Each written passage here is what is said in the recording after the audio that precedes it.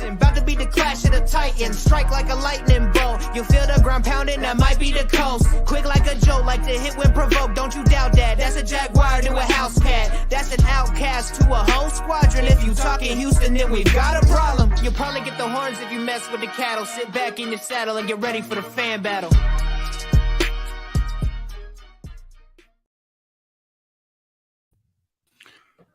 Hey everyone, welcome to the AFC South Fan Battle Podcast.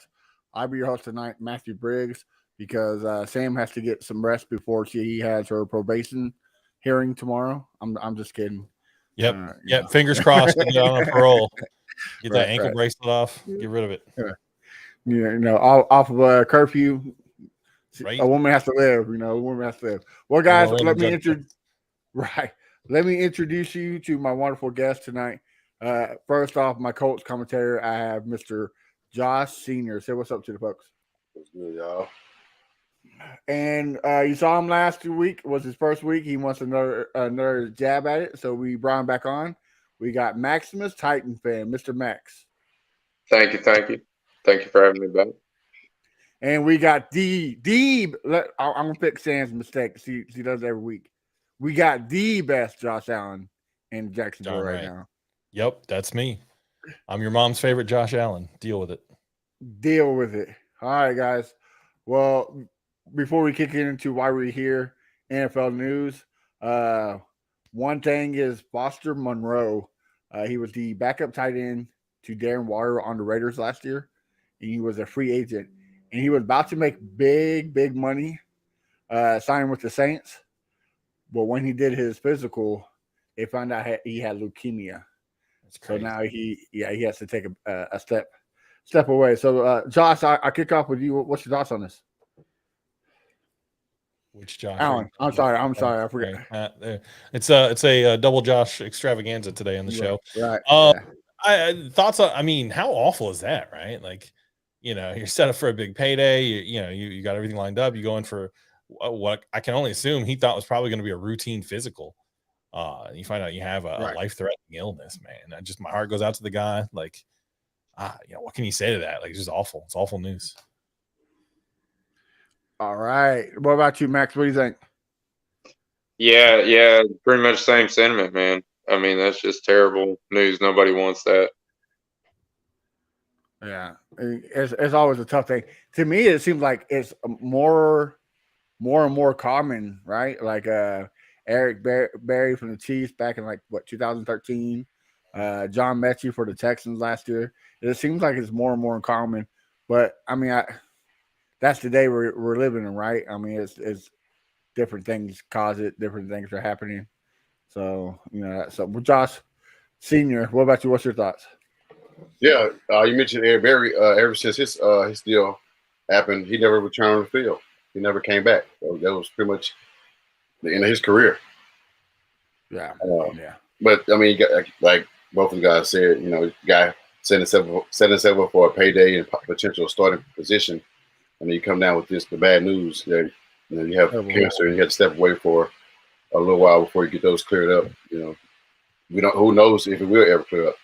Yeah. So it's tough. So I know he got a lot of decisions to make, and I'm sure going to a lot of growing pains and a lot of sadness. So shout out to him. And I pray for a smooth recovery.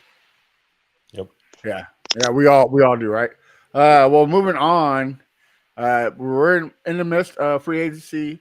The NFL draft is 31 days away or something like that. A lot of trades have been happening. We have first off the Broncos. They, I guess, killed all the rumors. Cortland Sutton and Jerry Jeudy will not be traded. Coming from Sean Payton. Does that hurt the Broncos, or it doesn't really matter? It may hurt them because because when is Jerry Jeudy contract is due?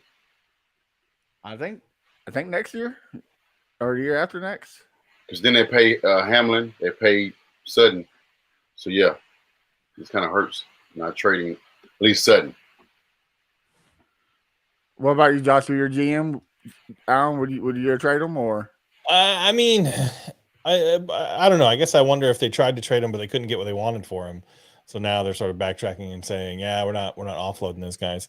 The problem that you run into if you're a GM and the other teams know that you're desperate to get rid of guys, you're looking at probably getting wholesale value rather than full value, right?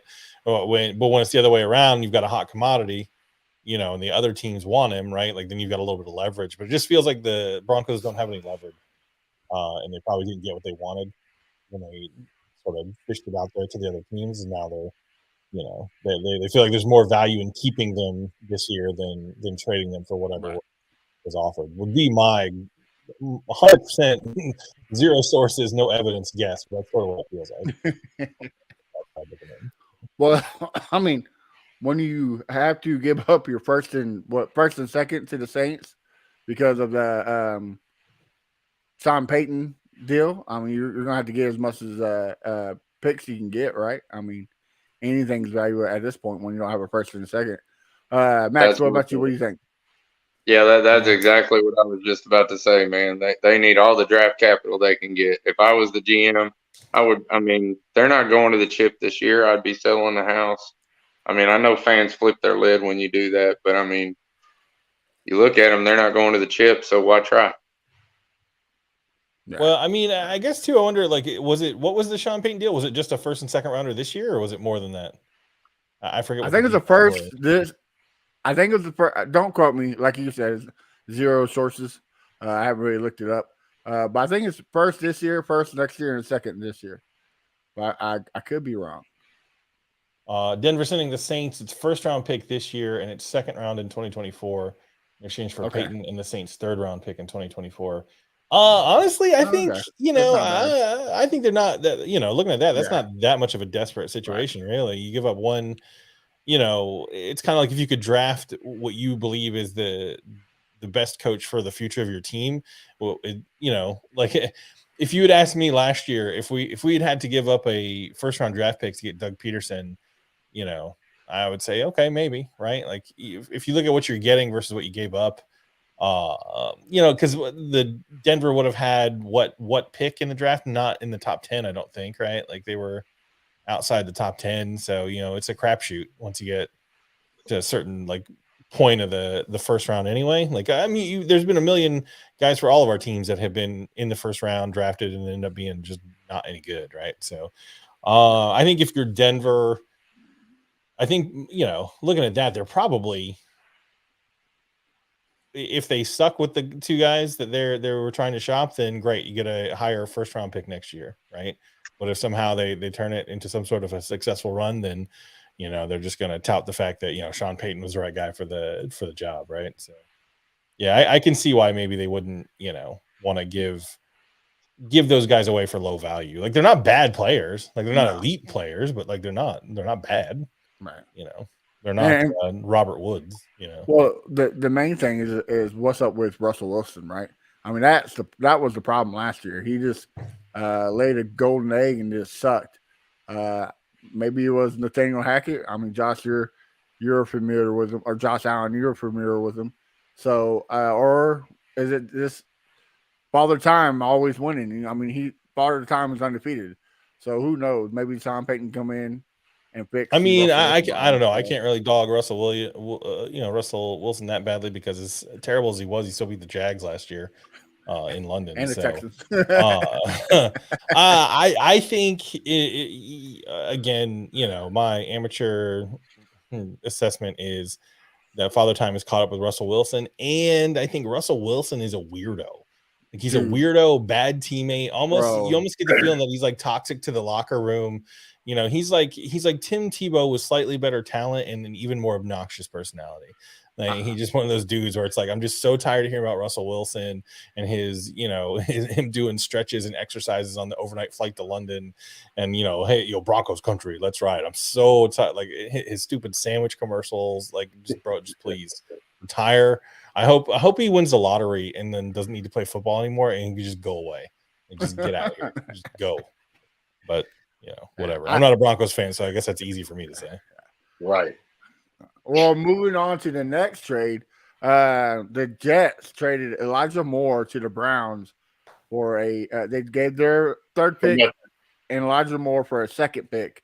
So my question to you fellas, do you think the Jets are loading up on some capital to finally land the other weirdo of the NFL, Aaron Rodgers? You think that's what's happening here? Yeah, they are. I mean, and then let's see.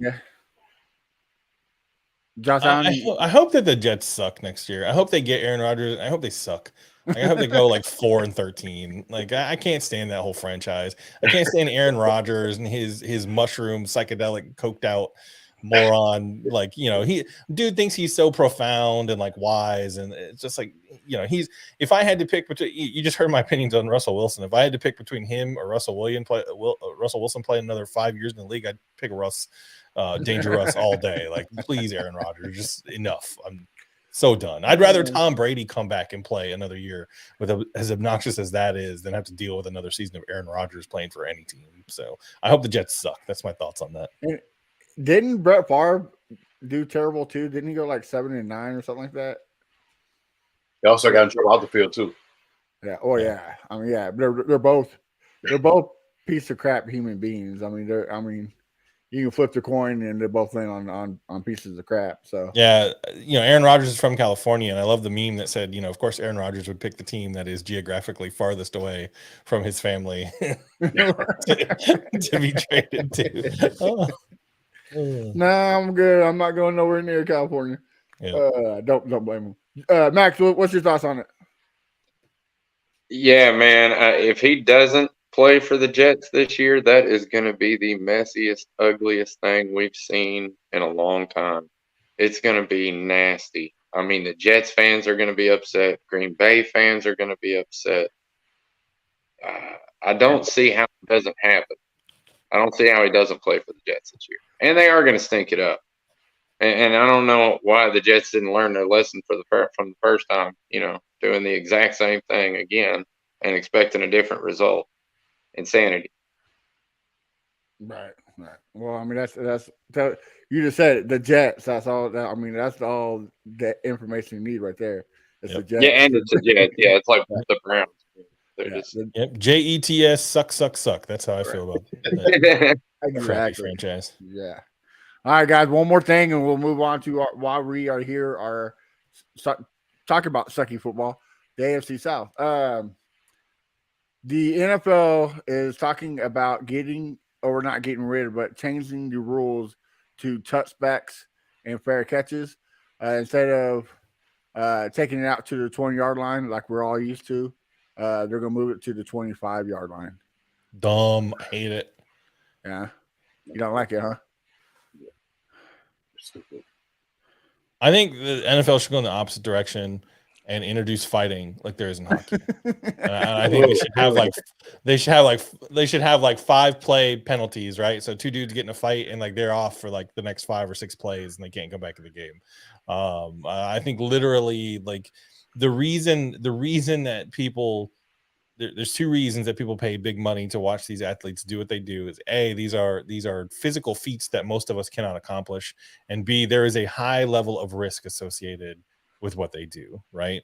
And I'm not trying to belittle injuries or make light of injuries, but part of what makes sports like football and hockey so appealing is that there is the risk of injury, and these guys are going out there and accomplishing these amazing things in spite of the fact that it could do them harm to attempt to do so. Like it's the same reason people used to watch like Evel Knievel and Daredevils and people crossing high wires, between bridges and over the Grand Canyon. There is a risk involved, and risk is exciting.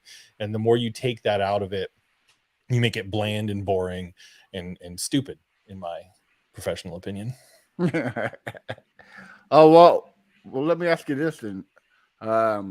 Would you be opposed to, again, what the XFL does? They don't do onside kicks.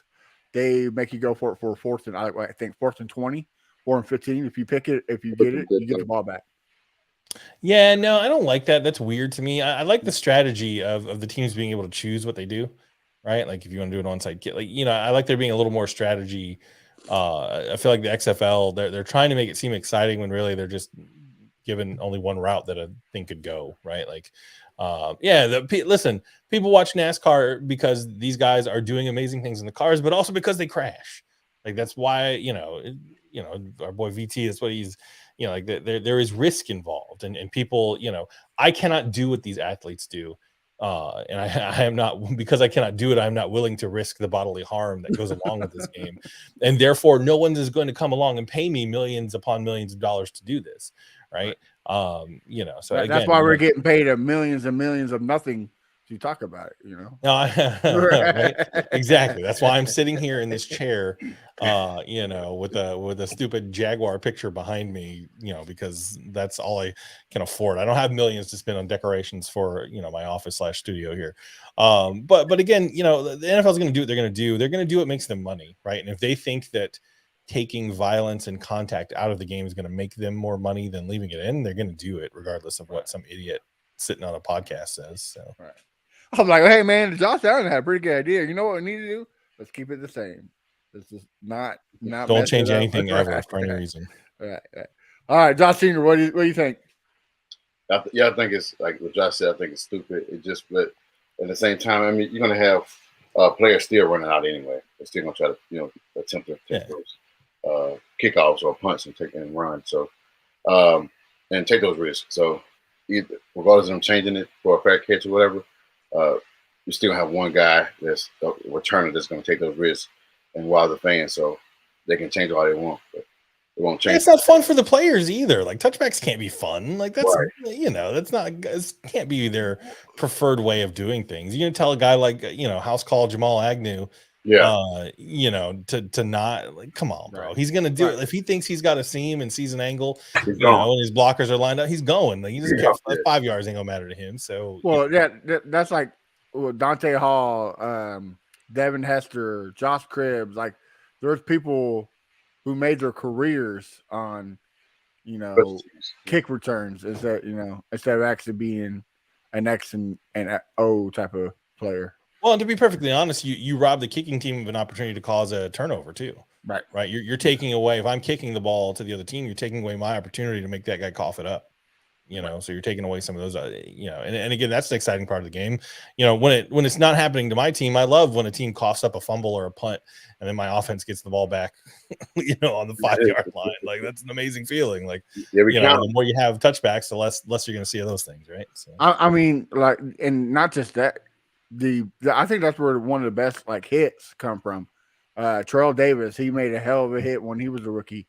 Pat McAfee. I mean, Pat McAfee has a whole field rim of it. What's his face? The crazy receiver who took his shirt off for the Buccaneers, Antonio Brown. When he kicked, when he kicked the kicker in the face, like, come on, man, don't be taking, podcast gold from us. Like we still want that. So, Max, what about you? What do you think? It's the most exciting part of the game for me. It's one of the most exciting part of the games for me is special teams returns. I mean, to be honest, that's what I love. I actually started watching the XFL regularly because of their return policies. I love their kickoff. I think that's fantastic. It almost forces them to return. And, and it's still actually, if you look at the model that they've got, that there's not a lot of injuries. And unless you've got an elite player and good blocking, they usually go down around the 20-25 anyway. So it's not really much different, you know what I mean? And there's not a lot of high collision hits either. So I think the XFL has a really good model for this. But yeah, I mean, like you said, you made the greatest point, but Devin Hester, Pac-Man Jones, some of these players made their mark as returners before they did as football players or even only as returners, and so I think if you take that part of the game away, you're kind of taking a part of the team away. I mean, some of these players' opportunities to be in the league. I've been in that Jag Stadium for dozens and dozens of games, and one of the most exciting things I have ever seen was not last year, but the year before when the Jags played the Cardinals and Jamal Agnew returned a field goal for a touchdown. One of the most exciting things I have ever seen. And these sort of new rules, like the NFL wants to disincentivize teams and players from doing that. And I just think it's a shame, man. Like I can see it happening in my head right now as I'm talking about it. People just disbelief going crazy. Like it's just, like Max said, it is literally one of the most exciting parts of the game. Like it's a shame to try to get rid of it. But I'm glad they didn't go as far as what they talked about 2 years ago, where they talked about just taking the ball, just spotting the team the ball at the 20. Yep. No kickoffs at all, which I just think is stupid. Even more stupid than this idea. Yeah. All right, guys. Well, talking about stupid, let's do this stupid division. We all suck. Let's start off with the Jags. Y'all don't got much going on. Yeah, we signed some. In town, huh? Yeah, listen, depending on the money, I wouldn't mind bringing Calais Campbell back. Like he's the sort of dude that builds a sort of the type of culture you want in the locker room. But he's on his last legs, right? Like he's on the tail end of his career. How much has he really got left in the tank? So depending on the money and how they could swing the deal, if they brought him back, I think that'd be kind of cool. He's a fan favorite. Everything you want off the field, like, Calais Campbell's that guy. Calais Campbell is what Arden Key wishes he could be, right? A dude who can actually perform on the field and does stuff in the community and the sort of guy you really want to root for. But if he's looking for a big deal to cash out like the last, couple years of his career, I don't know if he's really worth the money in terms of performance there. They signed a couple of other NPCs, just some literal dudes. And the big thing that what's perplexing to me that I've seen, everybody's talking about the Jaguars, the needs that they need to address either through free agency or the draft. And people are talking about cornerback and offensive line and a bunch of other stuff. Not a single person has talked about pass rush. Like the pass rush for the Jaguars sucked. They were ranked 25th in the league. If you go and look at the Jaguars app, like every team has their own app now, and it gives you like the statistical rankings for a bunch of different categories. The Jaguars were middle of the road to top tier in the league in scoring and passing and running and run defense and all these different things. But the thing that they sucked at was pass rush, and the pass rush disappeared. My namesake Josh Allen disappears in big games. They had exactly no sacks against Kansas City. Chad Henne comes in, career backup, dude that sucks, leads a 92-yard drive or whatever it is down the field. They didn't put him or a one-legged Patrick Mahomes on his butt one time in that divisional round game. That is why we lost that game. We didn't put him on their butts. And everyone's acting like, oh no, Josh Allen's really good. And some people are even saying that he needs to be given a big, second deal. And I'm just like, I don't see it. Like, he's a good dude. I like him. Obviously, I'm partial because, I have the same name, but he has not earned it, in my opinion. The one move I think that's a good sign for the pass rush is they brought back Roy Robertson Harris. I think they're going to end up bringing back Dwayne Smoot after they figure out how bad his knee injury really is and what the rehab time is going to be. I think after the draft, you'll probably see them pick him back up. And those were the two dudes who really generated pressure outside of Trayvon Walker and Josh Allen in certain games. Right. But if you go and look statistically at the number of sacks the Jags had, when they did not get sacks, they did not win football games. Just flat out. When they put no pressure on the quarterback, they did not win.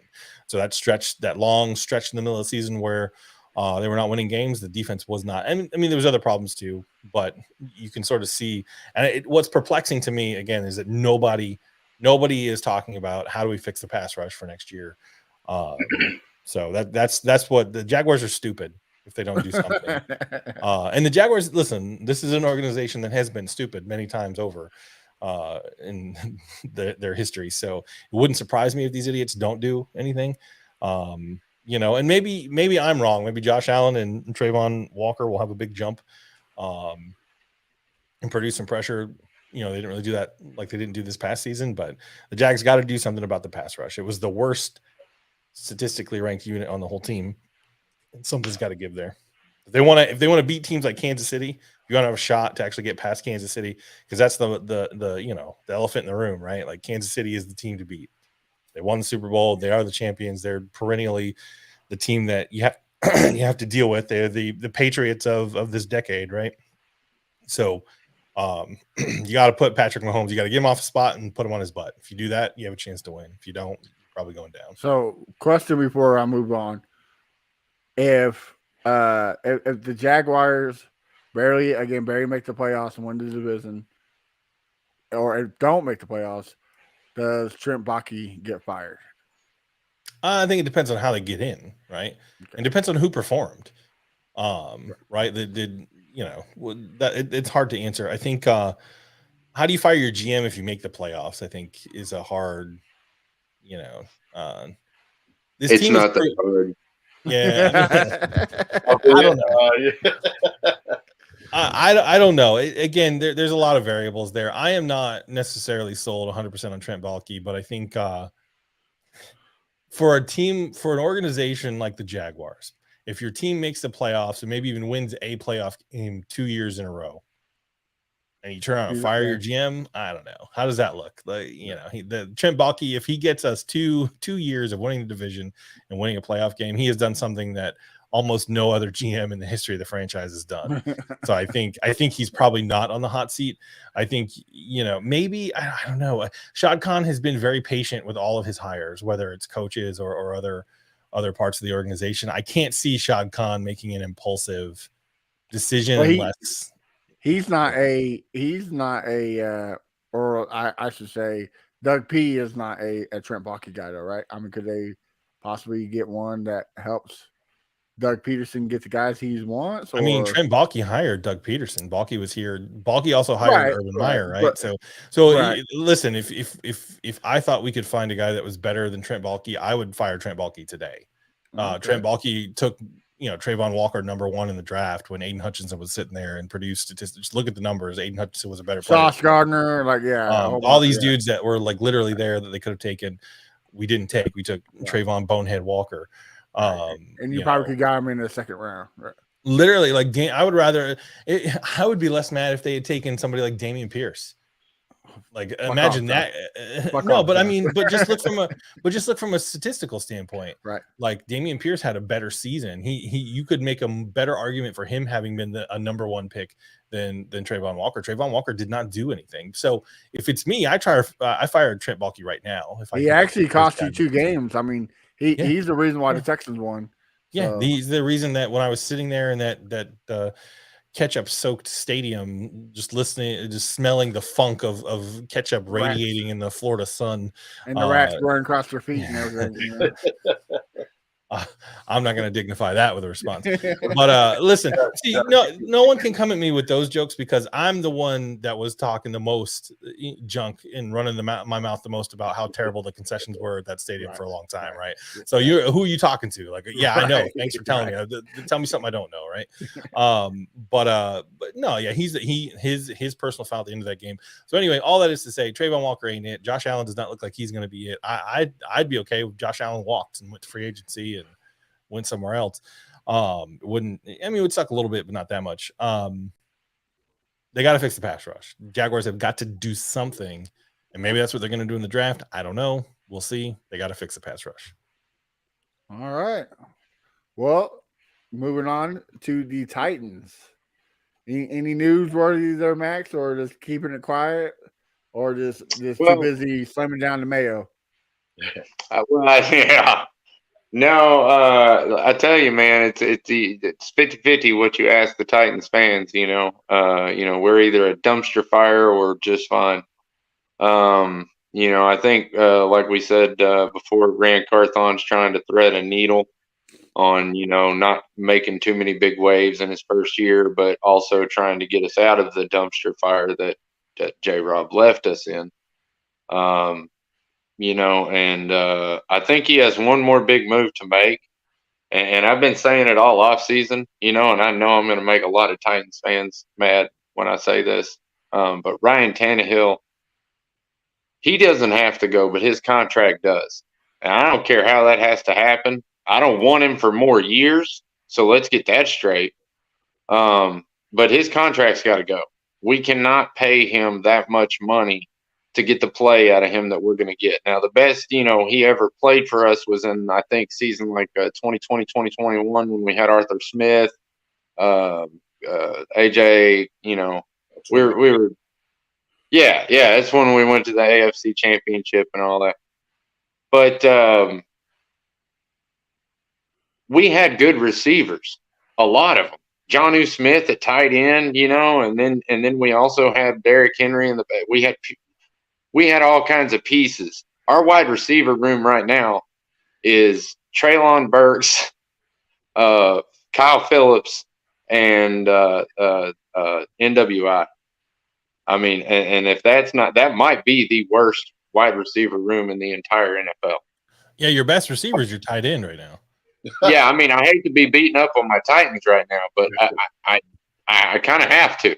I mean, we're here for it, so I mean, go ahead. Well, yeah, and I mean, I would to be encourage honest, you to disparage your team in any way you want. Just keep it, just let it flow, man. Let it out. It's a safe he's space. got to make that move. And what it is if he can't trade him off in the draft, which is, I think, the ultimate idea. If you can't trade him off in the draft, like, say, all the good quarterbacks that the Raiders like, or some other team like, don't, get picked up before they get to pick, maybe we can trade Ryan Tannehill for maybe a 2 and a 3 or a 2 and a 4 or something like that. Yeah, but the contract's still the problem there. Who's going to take that contract is if you trade him when he's under that contract, some team's got to agree to pay him that money. And I don't know, man. Like I said, if you have the players in place like Devontae Adams, Darren Waller, I think you actually can make a good case that Ryan Tannehill can be a top 5, top 10 quarterback with the right pieces in place. So I don't know. To the right situation, I think you might be able to get something worthy out of it, or and still push the contract. Reach out to the Falcons and Arthur Smith, maybe. Exactly. That's another big team that everybody is speculating in. But if we can't unload him on the draft, then we have to cut him post-June. I mean, we have to. We barely have enough cap space right now to sign our rookies. If we don't, yes, he is exactly right. We need to re-sign Jeffrey Simmons to a long extension, and we need to cut the crap with Kevin Byard. To be honest, he's one of the best safeties and has been in the league since he's been in the league. He hasn't missed one game, which is rare for a Titan.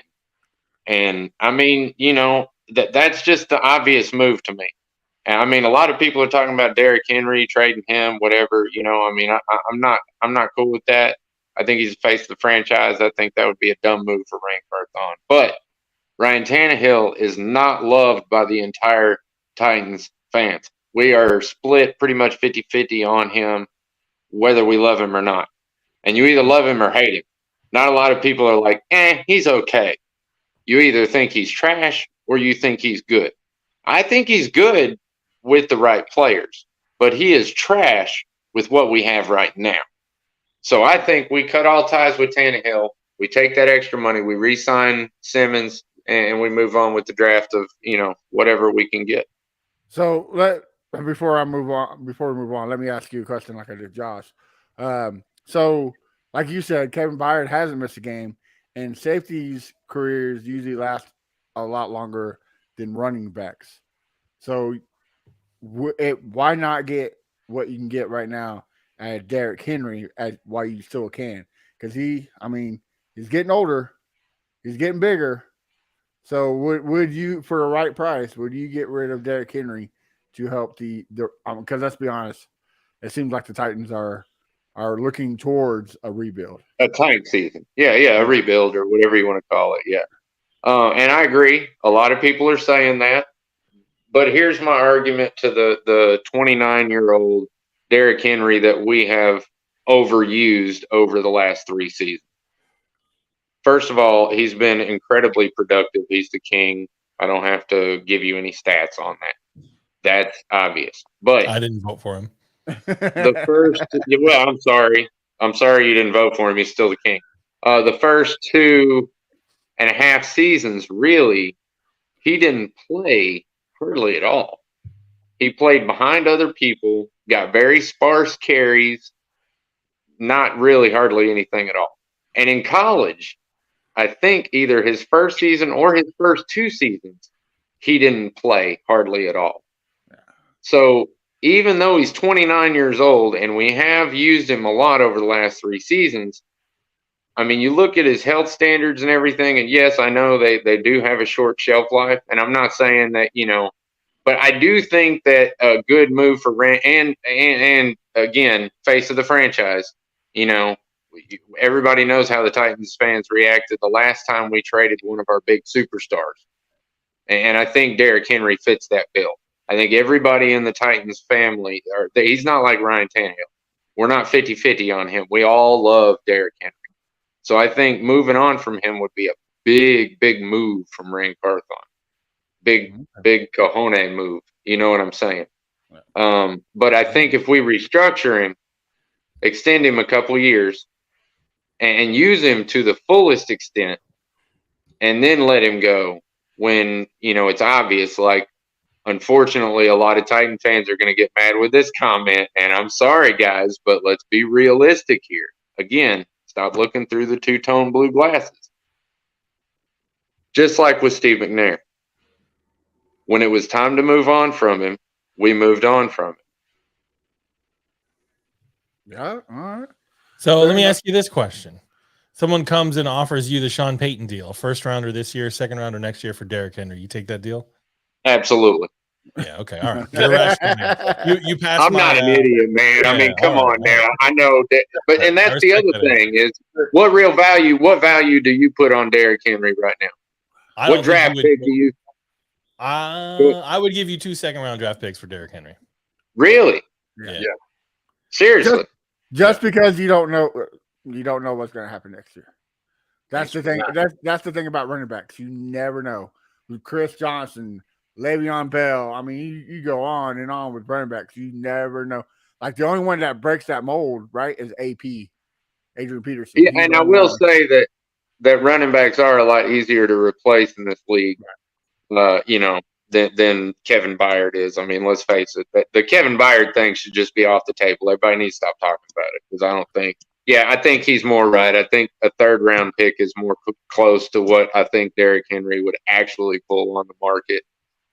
A 2 and a 3, that's not bad. But the problem that you have is that teams know now that the Titans are in some sort of a rebuild. So again, teams are not going to give whatever the full value is they perceive for a player. They're going to try to, bargain the leverage they have, knowing that you need draft picks, you need some collateral if you're really shopping him.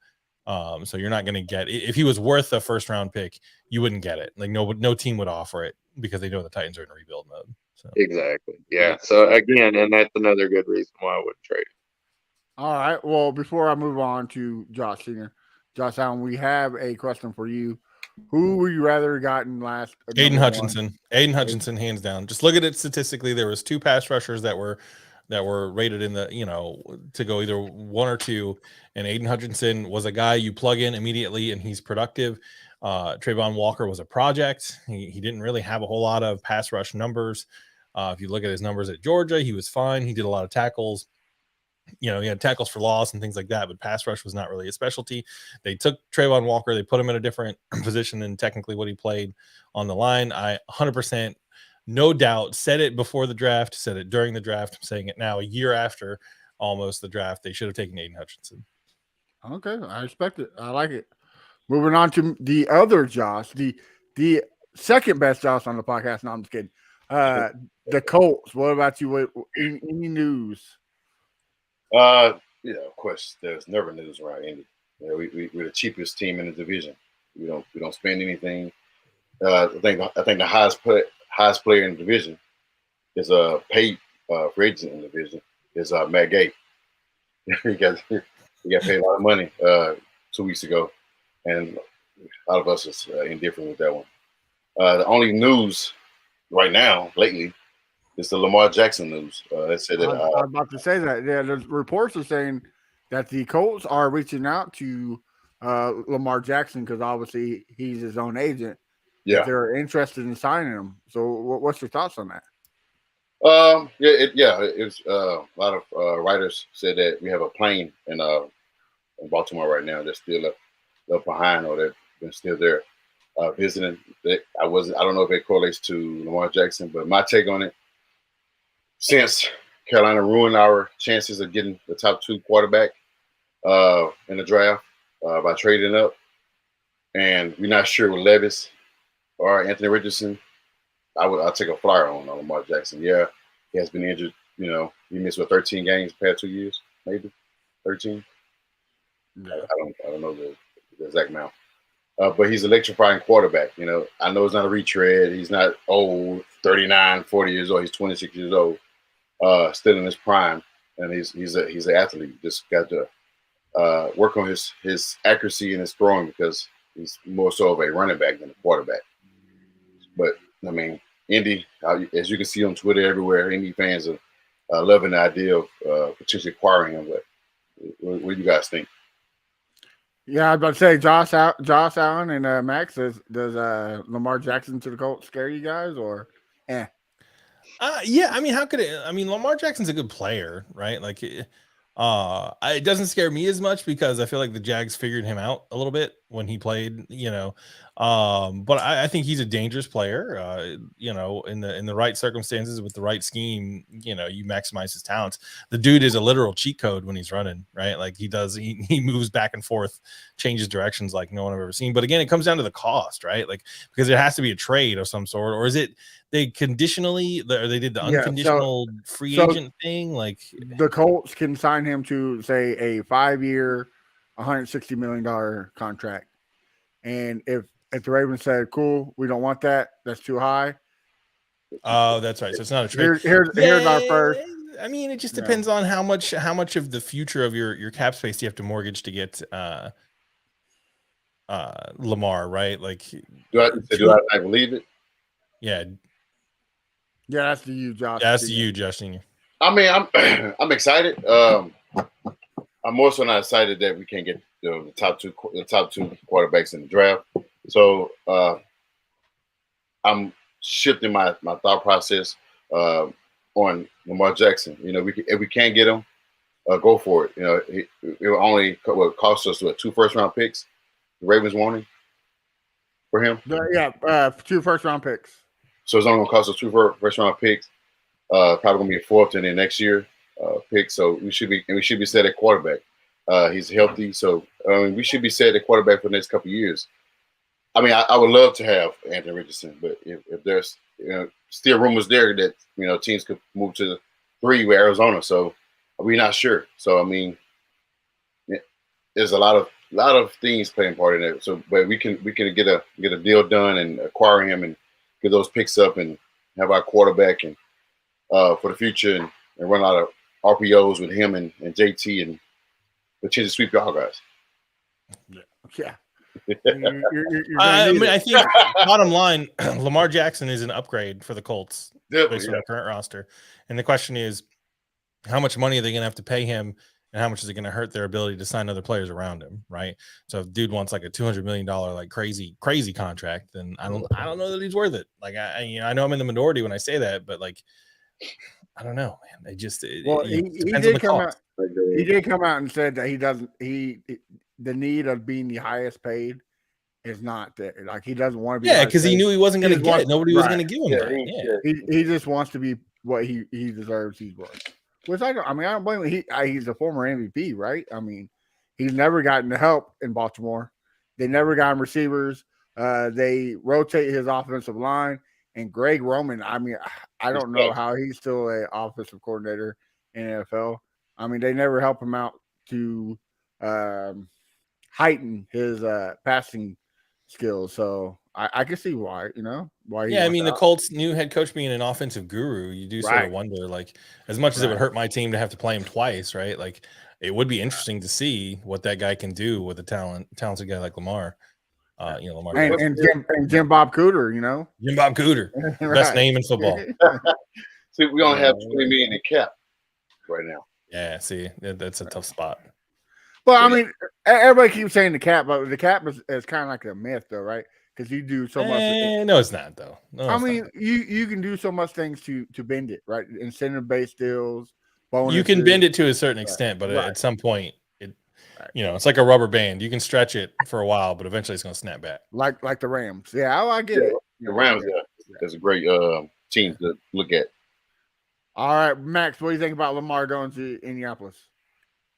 I wouldn't mind it because, I mean, Lamar doesn't really scare the Titans if you look at the past games that we played with him. However, I think the asking price is just ridiculously too high. I agree that it's just I would be upset. You know, they say there's a 20% chance or something. I heard that on a thing that there's a 20% chance the Titans could get Lamar Jackson. I don't want him. Not for that price. I'm good. Thank you. Well, and that too is Daniel Jones, right? He kind of hurt the teams with that contract, right? Like what do you get, like $140 million? Yeah, that's crazy. Daniel Jones, that's like a Blake Bortles resign. Like he does not deserve that at all. So Right. you know, Josh Allen's familiar with that way too. Yeah. Too much. It's just crazy. Yeah. All right, guys. Well, moving on to the best team. No, I'm just kidding. The Texans. Look, I think we did a pretty good signing. We got Dalton Schultz. I think he can be the top 2 tight ends in the league behind Everett Ingram in this Bobby Slowick offense. I think the dude's going to eat. I think he's going to be like a George Kittle, just not as good. The guys are everybody's really high on Dalton Schultz. I don't see it, and shout out to the person that they're listening that told me that I have terrible opinions on football. And sometimes that is true, but I'm telling you right now, this person told me that they think that Dalton Schultz is immediately better than Evan Ingram. And that's just the biggest load of malarkey that I've heard. I don't think he's better, but there's a possibility of him being better.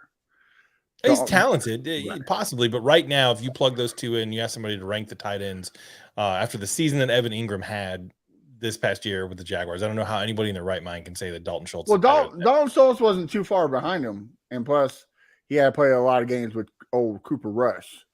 I hear you, but I'm just saying. Well, I know, right? I know. I'm just saying there's a possibility, right? And plus, against what was it, the Buccaneers, he had like 4 touchdowns in the playoff game. I'll sign that. Yeah, but the Buccaneers clearly gave up. They rolled over, right, in that playoff. But anyway, sorry, I'm interrupting your second. No, you're good. You're good at all. Evan Ingram's better than Dalton Schultz, and anybody says different is an idiot. We also last year we were pulling a Titans and running Dameon Pierce like it was nothing, trying to make him the next Derrick Henry. I do not want that. So we picked up David Singletary. I think that's a great pickup.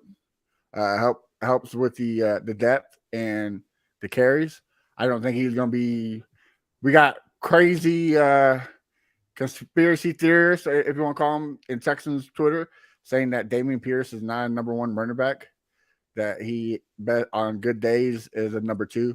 Yeah, you're muted, but I read your lips. Yeah, he said they're not a number 1 running back. It's not. Oh man, he definitely is. Yeah, so. I think this is going to help him. And again, Zoe blocking, people underrate that blocking scheme. It's helped many years, and I think it's going to help these guys. And then we got the guy who led the Raiders in all-time franchise history, most tackles in the season, Perryman linebacker. The only thing that scares me, he's never finished a full season. He was a Pro Bowler. The best asset is to be on the field, and if you're not on the field, you're not any good. So that just worries me. But man, it's slowly getting there, right? Like, I mean, 2 years ago when Deshaun Watson was, finger popping assholes and stuff like that. Oh my God. You never know what was going to happen to the Texans. Now Bill O'Brien's gone. Nick Casario is finally getting rid of all those crazy contracts and getting money in the bank. It's a bright future. I think we can make a run for the Jaguars, but I don't think we're going to beat the Jaguars. I think they're going to win the division, but I think we're on pace to be the second best team in the division. But that's because it's cute to see Houston fans going through the same sort of syndrome that Jaguars fans have done very, very often, where we used to get so excited. We'd sign free agents when we draft a guy, and Jack's like, yes, we're the team, we're back. Right. And that's what I see with all my Houston friends. None of this stuff, like for all of our teams, none of these signings, nothing of this, it means not a until the product on the field, not a whit until the toe meets the leather and the games start to get played. yes, I think the Singletary pickup's a better pickup than Dalton Schultz. What? Because That's crazy, man. Listen, Damian Pierce is. I watched him play at Florida. Right. That dude is a gem, and the more you can give him rest and Right. keep him fresh, the more dangerous he's going to be. He's going to be one of those runners. If you can keep him fresh into the late stages of a game, he's gonna, he's got the ability just to. I mean, the dude was darn near untackleable to the point where I literally thought the dude had put like Crisco cooking gel all over his jersey. I mean, he won the angriest because they couldn't touch the dude. Like he won the angriest run of the year with that run. I mean, Dalton Schultz is fine, but the question is who's going to throw to him, right? Like that's the question. And, it looks like you guys are probably going to get little bitty Bryce Young. Here you go, Josh. Little bitty baby quarterback. Get out of here. Listen, this is a what have you done for me now league. This is 3 years ago. 3 years ago, I could probably run faster than Matt Briggs. But shout out to my boy. Shout out to my boy Chris. Dude, this is what I'm talking about. This is the king of the offseason syndrome. These Houston fans are losing their minds, man. Everybody they pick up is going to take. I get what you're saying about the Damian Pierce, which you make it a great and value, logic. But I still think Dalton's better because, like you said, you're getting a rookie quarterback, so you need a blanket for him. You need. How did Dalton Schultz do with Cooper Rush? He did pretty good. He was the best receiver. Yeah, but you look at his numbers last year versus the year before. Dalton Schultz had a down year. Listen, I looked at the numbers because I got pissed when someone told me my football opinions were terrible. Yeah, well, look at game by game. When what's his face, Dak Prescott came back in. That's when Dalton Schultz's numbers went down. He went because Cooper Rush depended on the tight end. That a lot of young quarterbacks, they tend to go to Alex Smith. He was the greatest tight end. Travis Kelce didn't throw a whole pass to a receiver for 8 games there in Kansas City. Listen, I'm not saying Dalton Schultz is a bad player. I'm saying right now, if you had to pick one tight end to go into next season, if you say you wouldn't, out of our division, anybody who says they wouldn't take Evan Ingram first, I think is not being honest. Jelani Woods. Oh, you got me. That's true. Forgot about him. I think Ingram and Schultz is better than Woods. I think those are the top 2 guys, right? Oh, God. Come on there, John. Don't put your homers on. Don't put your homers. We had Davis Mills, so don't even go there with me. No, nobody's sleeping on Dalton. Dalton and Ingram are darn near the same guy, and Ingram had more impact on his team this past year than Dalton did. Just flat out, he did. Like there was a bigger turnaround in terms of what they were able to do at the time. We had literal NPCs playing tight end the year before Ingram came in. You'll never convince me otherwise. You Houston fans, enjoy your offseason championship because when the season comes around, you'll be crying again. All I got to say. I'm going to answer this. Houston O-line, I think we did a great job upgrading it. We signed the top 5 left tackle and Lerman Tunzel, the gas mask king. We got a great pickup in Zach Mason. Got him for a 6th-round draft pick. Amazing. And then we got Howard, another year of green, and I think we're going to go center in a rookie. That from Michigan, I think he's going. I hope that's who we get. I think it's going to be a lot better than it was last year. Plus, we don't got Pep Hamilton calling plays, and again, zone blocking works magic. Like I tell everybody, Josh can account to this. He had Urban Meyer last year. Now he has Doug Peterson this year. Scheming fixes a lot of things, and I think this scheme puts a Band-Aid on a lot of the Houston things. And Josh, I'm glad you said the offseason Kings because the PFF just came out with the AFC South rankings this year of free agency. Of course, it got the Texans with the top, with the B-. Got the Colts, 2nd place, C+. Matt Gay. And then it's going to round out. It has the Jaguars on top with a C and has the Titans on the bottom with a C, but it seems like they're both tied with a C. So, yeah, but again, sure, that's fine. Pro Football Focus also thinks that Trayvon Walker, had a decent year. So, they're idiots, right? Like, just go watch the film. Like listen, the NFL is in this era now where we want to create all these fancy algorithms and these fancy statistics. And I even think things like tackles are a misleading stat. Because listen, we've had a lot of years where we had linebackers that were leading tacklers in the league, and our defense was just getting destroyed in all these games. And they had a bunch of tackles because they were on the field the whole freaking game. Like time of possession was like 38 minutes, and the opposing offense was running a ton of plays. So of course we had dudes that had a bunch of tackles because the defense couldn't get off the field. So we're in this statistical world where everyone wants to find some sort of magic formula. Ever since the whole Moneyball thing happened in Major League Baseball, this, and I'm not saying there shouldn't be any data analytics and you can't look at data to help you make better decisions, but it feels like to an extent, like, people have lost their minds with some of these stats, right? And Pro Football Focus, I think, is one of them. I just think a lot of times they're full of baloney. Like you look at